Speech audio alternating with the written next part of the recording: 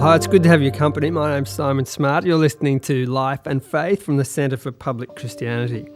Well, it's an Olympic year, so plenty of us are getting ready to do some stretches and jump on the couch with the chips and watch a lot of TV. But we thought we'd get someone in who's actually experienced on the competitors' side of the fence. Elka Whalan, you might remember her as Elka Graham, is a dual Olympian. She was at the Athens and the Sydney Olympics. She was a silver medalist at Athens in the 4x200 metre freestyle relay. She's been to World Championships, Commonwealth Games, World Cups, all sorts of things, and bagged medals at all of those. She was the world's fastest, is that right, Elka, in 2001 for the 200 metres freestyle, and ranked highly in those events for a long time in her pet event. These days she's the mother of 2 small children. She's heavily engaged in the media and public speaking, and has even been on Dancing with the Stars. Oh, you just ruined the whole bio intro then by saying that at the end. Thank you. We might ask a bit more about that as we go.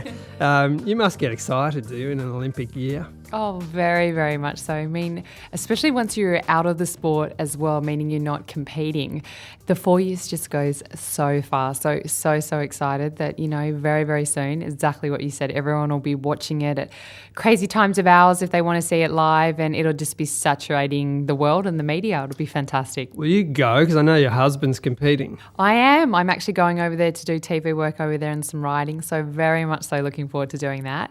And, of course, my husband's going to his 4th and final Olympics in water polo, which is just a huge feat. It feels kind of crazy thinking there's 6 Olympics between the two of us, but he's got 4 and I've only got 2. Yeah, but he's done well. Loved the 2 that I went to. Is that where you met, in that arena? Very much so. We did actually, Simon. We met in the computer room. Can you believe that? So in the Olympic Village, there's over 10,000 athletes, but every country has their own block. And we had a media room. There were 504 athletes, and there was a spare seat. And Thomas sat down. And I thought he is very good looking, and we ended up having a little bit of a chat. And then he kind of thought he knew me, and then I had no idea who he was. And I said, "Look, I only remember good looking guys." I was so nervous. That was my sarcasm, the lowest form of wit. That's what I said to him, and with that he kind of got up and left, and that was our first encounter.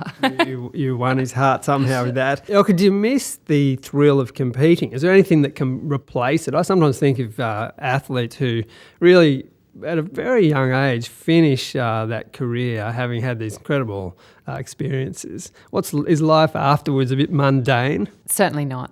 I think there comes a point in your life and time where you just know that you're ready for a new season or a new transition. And for me, there were just 3 things that I really wanted to achieve in my swimming career, and that was to obtain an Olympic medal, break a world record, and become a world champion. And whether that took me one minute or took me 100,000 billion minutes, I was going to do that until that was achieved. And it happened 7 years in.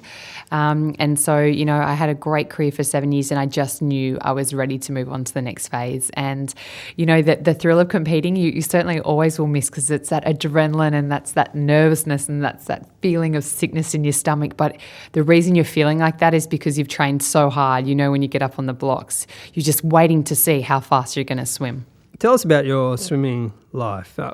When did you know you were really good at this? Like, what stage of you must have been a young child. Well, I never really knew that I was good, Simon. It was more so the fact that I felt I completely and utterly connected with the water. I think in life there's something that everybody loves to do that they can kind of do with their eyes closed. And for me, every time I dive into the water, there's just complete and utter silence. I don't need to answer to anyone, and I don't need to think when I swim. I just get in and I know what to do, and all I hear is just the rhythm of the water.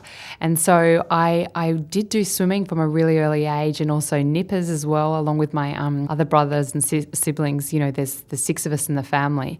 But it wasn't kind of until 9 months out from the Olympics that I decided I wanted to go to the Olympics. Thought I had a little bit of a talent, and it was just a real mental change, and that's the first team I ever made was the Australian Olympics. The problem is that, I dive in the water and feel something similar, but I'm, compared to you, I'm flailing around. What makes a good swimmer? Yeah, great question. So just as you were saying that, it made me think. So you're either a floater or a sinker, and it's really easy to tell. Kind of when anyone jumps in the water, it's really easy for them to float and they don't need to think, or they're a sinker.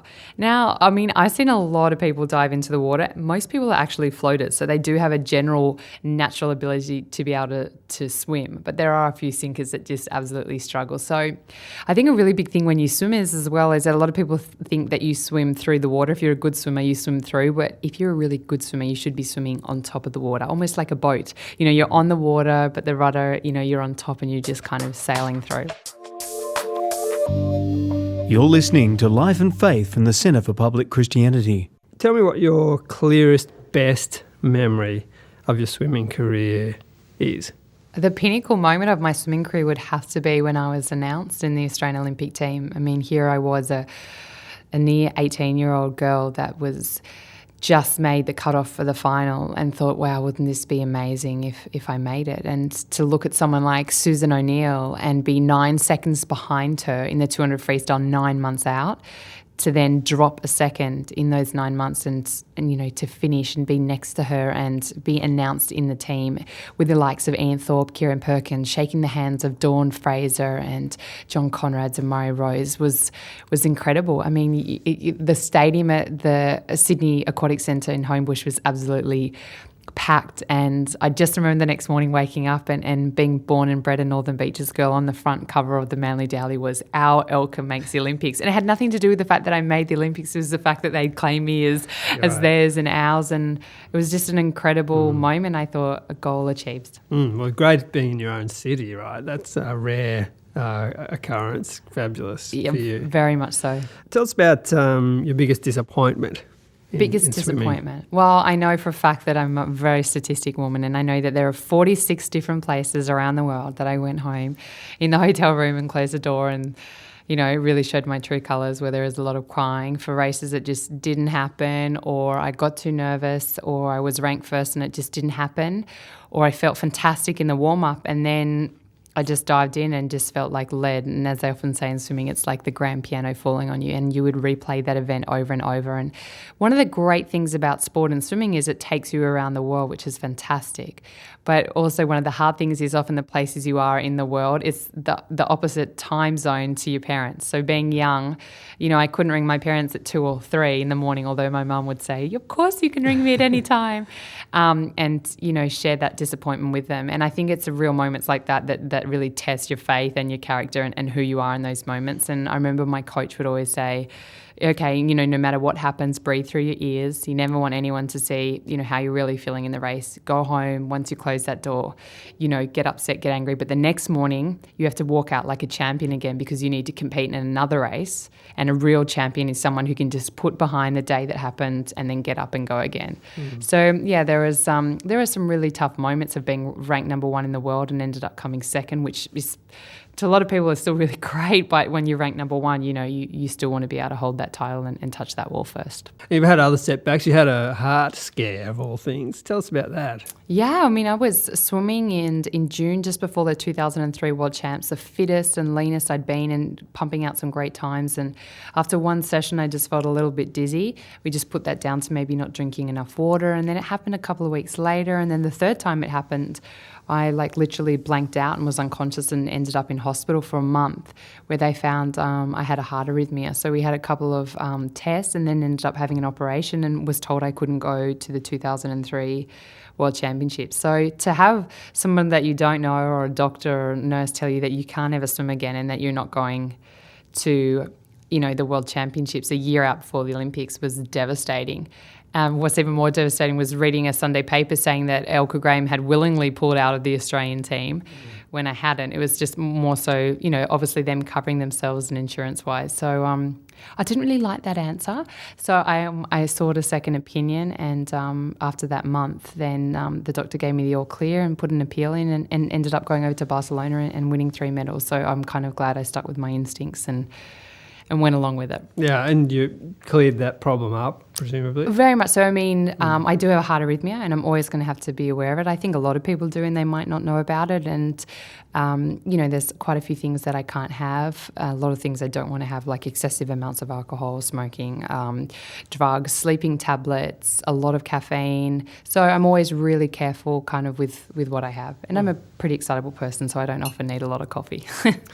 Tell me what gives you the most joy in your life? My family. I'm totally in love with my husband. He's my best friend. I love him. I'm in love with him. He brings out the best in me, and he's my best friend, and our two beautiful children who are happy and healthy. The fact that we go to church every Sunday and we've reconnected with God, and I wake up every morning just going, wow, this is all for us.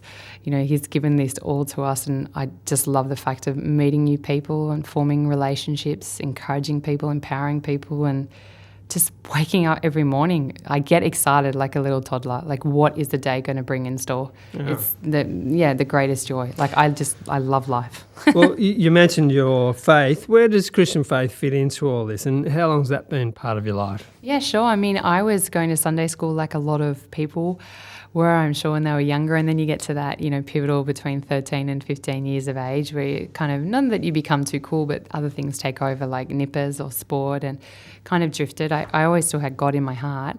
And then it was around about when the whole thing happened with my heart and Barcelona, I just kind of kept feeling the need to go back to God and go back to church.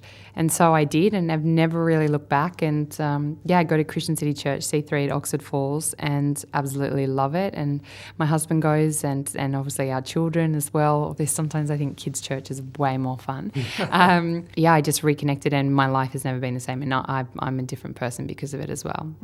Those sort of crises in life, like you were facing there, can sometimes bring things into sharp focus, can't they? Things that really matter and where you're heading in life. Very much so. And I think that was the catalyst. I think even if that hadn't have happened, I was always still going to go back. Some of my most nervous races, I would get up on the blocks, and just before I would bend down, if I was so sickly nervous, I would say, oh God, please be with me. And I knew those races might not necessarily go well because I was that nervous. I actually had to ask for help. If you know God, you never need to ask for help. Like, He's with you all the time anyway. So most of the time when I was swimming well, I'd just get up on the blocks and look at the girl next to me and go, you are going down, sucker. You're going down. So, faith has just always been so important. And, particularly working in the media, it's something that I've never really shied away from. And if somebody asked me, are you religious? My answer is definitely not. No, I think religion causes a lot of problems and greed in the world, but I have a great relationship with the man above, and that's how I answer it. And the thing is, that's the truth. I do. I have a great relationship with God and the man above. Now, the census tells us there are less and less Australians who would claim any sort of religious faith or belief. If people ask you, what do you say to them? What relevance does faith have today? Well, I'd say that, I definitely am a Christian, and my best friend is JC, and I hang out with him all the time. And I love the fact of having faith because there is someone available 24/7. I remember our scripture teachers saying to us, every night before you go to bed, lay both your hands out and you get all your problems, and you just, like a book, you just flip the page and hand them over to God because He's going to be up all night anyway. And I thought, what a great analogy. It's so true. So the best way that I can describe it to people is that I know the difference that has happened in my life to coming back to Christ. And I've just seen a world of abundance open, complete joy.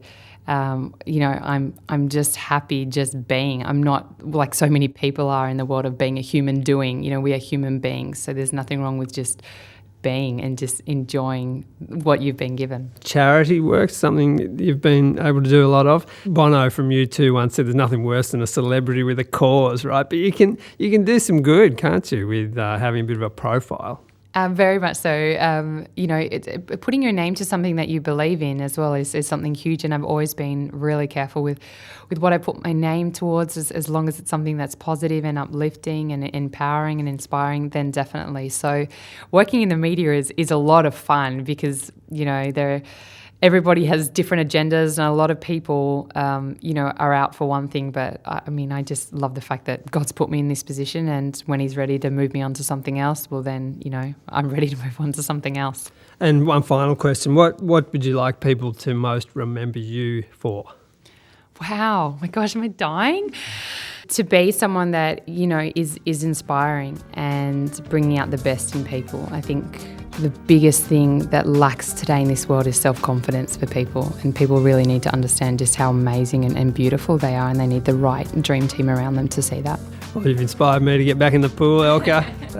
Thanks so much for coming. It's great chatting to you. Thank you so much for having me.